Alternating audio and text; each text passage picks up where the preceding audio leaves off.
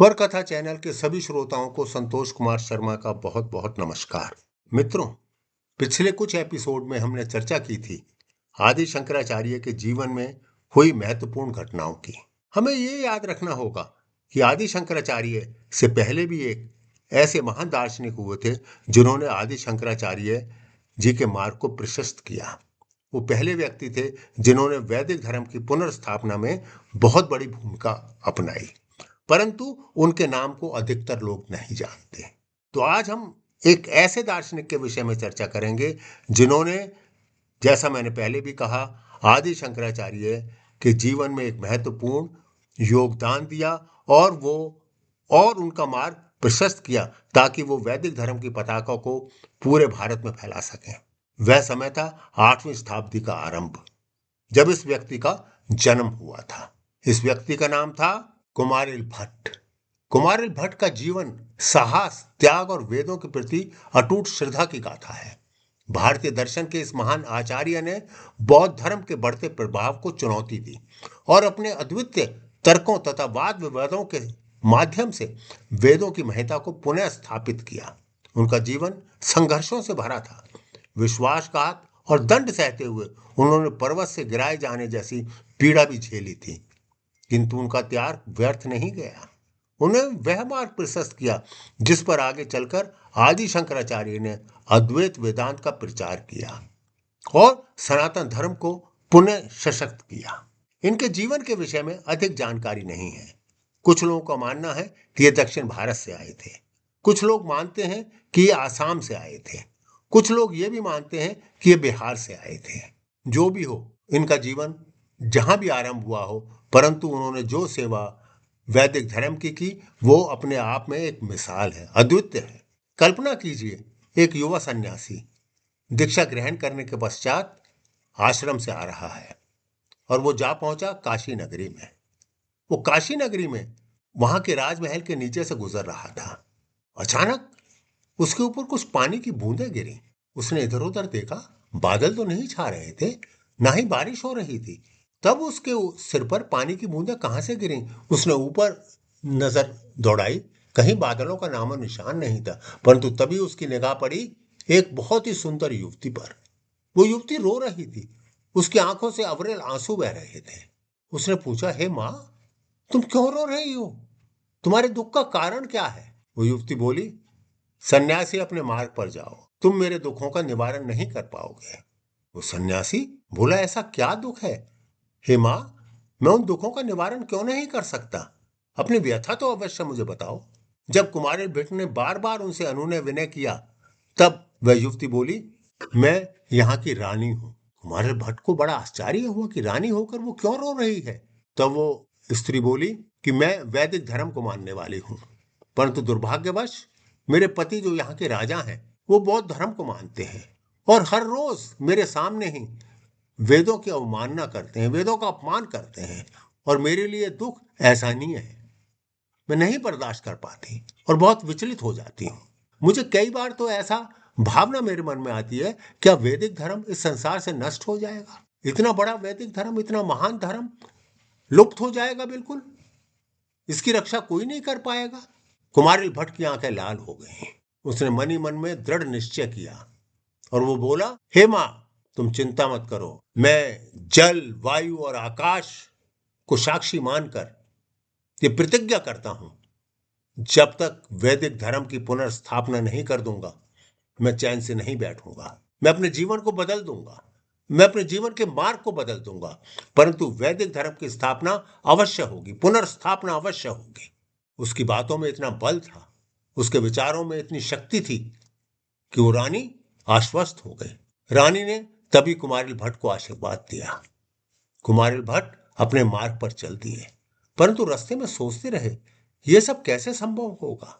तभी उनके मन में आया कि मुझे यदि वेदों की पुनर्स्थापना करनी है तो मुझे देखना पड़ेगा, मुझे समझना पड़ेगा कि वेद जो है वो बौद्ध धर्म के शास्त्रों से या उनकी जो मीमांसा है उससे कैसे उच्च है।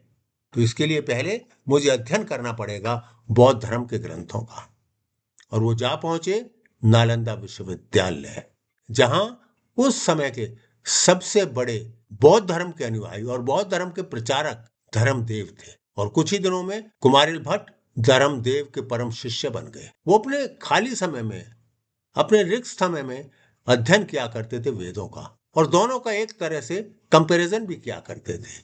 धर्मदेव के शिष्यों को उस पर शक होने लगा। वो उसको संदेह की दृष्टि से देखने लगे कि खाली समय में ये करता क्या है, ये किस चीजों का अध्ययन करता है। वो कई बार धर्मदेव से उसकी शिकायत भी करते, परंतु वो धर्मदेव का इतना बड़ा अनुयायी बन चुका था, इतना परम शिष्य बन चुका था कि धर्मदेव को उनकी बातों का कोई असर नहीं हुआ। परंतु हाँ, जब जब धर्मदेव अपने व्याख्यानों में वैदिक धर्म की बुराई करते थे, उनकी अवमानना करते थे, उसका वैदिक धर्म का अपमान करते थे, तो उसके चेहरा विकृत हो जाता था। कुमारिल भट्ट को बर्दाश्त नहीं होता था और एक दिन तो धर्मदेव ने वेदों की इतनी अधिक बुराई कर दी कि कुमारिल भट्ट से बर्दाश्त नहीं हुआ और वो तभी जा पहुंचा वाद विवाद करने धर्मदेव के पास और धर्मदेव से कहा कि तुमने वेदों को पहचाना नहीं। यदि तुमने वैदिक धर्म का सही अध्ययन किया होता, उसको समझा होता, तो शायद आज तुम भी वैदिक धर्म के अनुयायी होते। धर्मदेव को क्रोध आ गया। धर्मदेव ने तभी अपने शिष्यों से कहा, जाओ इसको पर्वत की चोटी से नीचे फेंक दो, देखते हैं कि इसका वैदिक धर्म इसको बचाता है कि नहीं। कुमारिल भट्ट चल दिए उन शिष्यों के साथ और जैसा गुरु का आदेश था, कुमारिल भट्ट को पर्वत से नीचे फेंक दिया गया और वो मनन करते रहे कि यदि मेरा वैदिक धर्म महान है तो मुझे कुछ नहीं होगा। और यही हुआ, यही चमत्कार हुआ। उनको बहुत मामूली सी चोट आई। हाँ, उनकी एक आंख में अवश्य अधिक गहरी चोट आई।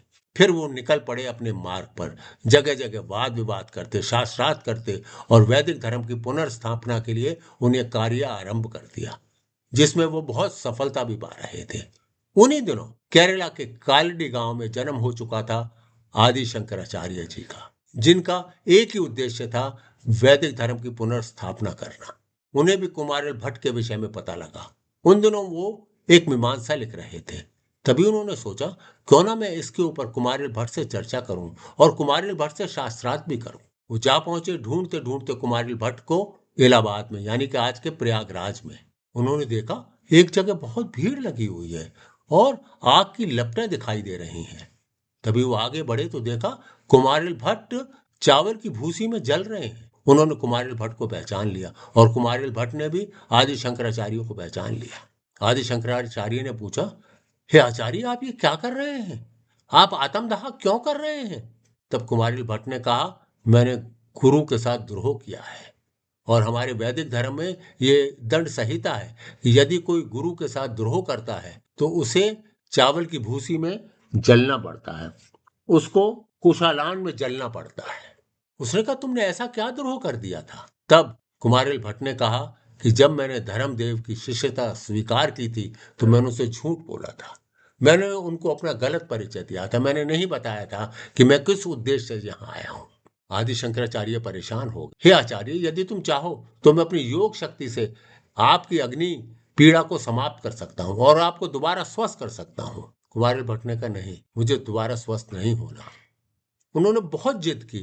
तब कुमारिल भट्ट ने कहा, यह वेदों की दंड संहिता है, यदि मैं ही उसका अपमान करूंगा तो आगे आने वाली संतति क्या सोचेगी कि मैं एक ओर तो वेदों की शिक्षा का प्रचार कर रहा हूं और दूसरी ओर मैं खुद ही वेदों की अवमानना कर रहा हूं, उसकी दंड संहिता को नहीं मानता। ऐसा व्यक्ति कहलाऊंगा हमेशा मैं। आदि शंकराचार्य निरुत्तर हो गए। आदि शंकराचार्य जी ने कहा कि मैं तो आपसे शास्त्रार्थ करने आया था, जो मैं मीमांसा लिख रहा हूं उस पर आपसे चर्चा करने आया था। कुमारिल भट्ट बोले कि अब बहुत देर हो चुकी है आचार्य। हाँ, एक मार्ग है। मेरा एक शिष्य है जो सहरसा जिले में स्थित महेशी गांव में रहता है। उसका नाम है मंडन मिश्र। यदि आप मंडल मिश्र से शास्त्रार्थ कर लें और उसे हरा दें तो आपकी विजय की पताका पूरे विश्व में फैल जाएगी और वैदिक धर्म को स्थापित करने में आपको वो बहुत ही सहायक सिद्ध होगा। आदि शंकराचार्य आप सभी जानते हैं कि उन्होंने मंडल मिश्र के साथ शास्त्रार्थ किया। उसके पश्चात उनकी पत्नी उभय भारती के साथ भी शास्त्रार्थ किया और वो शास्त्रार्थ में विजयी रहे। कुमारिल भट्ट का मैं एक बार फिर कहूंगा, कुमारिल भट्ट ही वो व्यक्ति थे जिन्होंने आदि शंकराचार्य का मार्ग प्रशस्त किया, जिससे वो अद्वैत वेदांत का प्रचार कर सके। और सनातन धर्म जो आज हम देख रहे हैं उसकी पुनर्स्थापना में उनका बहुत बड़ा योगदान है। और इसके पीछे योगदान था कुमारिल भट्ट का, जिनका जीवन साहस, त्याग और वेदों के प्रति अटूट श्रद्धा की गाथा है। शत शत प्रणाम है ऐसे दार्शनिक को जिनका जीवन अधिकतर लोगों से अछूता रह गया। अधिकतर लोगों को उनके विषय में नहीं पता लगा, परंतु उनका कंट्रीब्यूशन, उन्होंने जो योगदान दिया है वैदिक धर्म में, वो नींव के पत्थर की तरह याद रखा जाएगा। स्वर कथा चैनल से जुड़ने के लिए आप सबका बहुत बहुत धन्यवाद। आपसे निवेदन है कि यदि आपने स्वर कथा चैनल को अभी तक सब्सक्राइब नहीं किया है तो कृपया अवश्य कर दें और अपने कमेंट्स अवश्य दें, और हम अपने चैनल को और भी अच्छा बना सकें। एक बार पुनः आप सभी का बहुत बहुत धन्यवाद।